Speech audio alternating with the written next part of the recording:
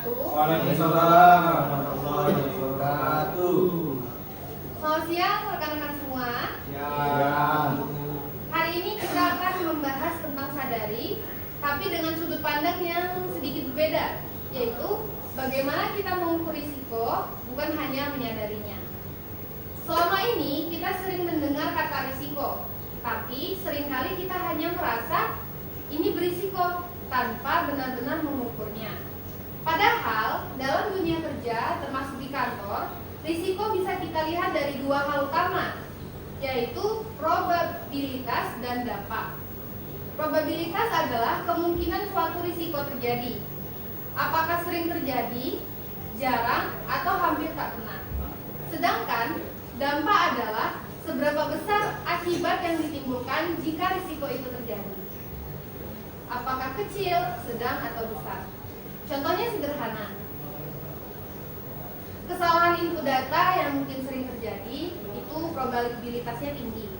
Tapi kalau dampaknya kecil dan cepat diperbaiki, maka risikonya tetap bisa dikendalikan.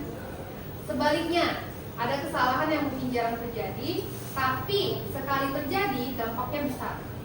Misalnya, kesalahan laporan penting atau miskomunikasi yang berdampak ke keputusan.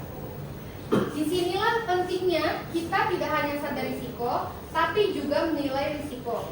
Dengan memahami probabilitas dan dampaknya, kita bisa menentukan mana yang harus diprioritaskan, mana yang harus dicegah, dan mana yang harus segera ditindaklanjuti. Hal ini sangat berpengaruh terhadap keputusan bisnis.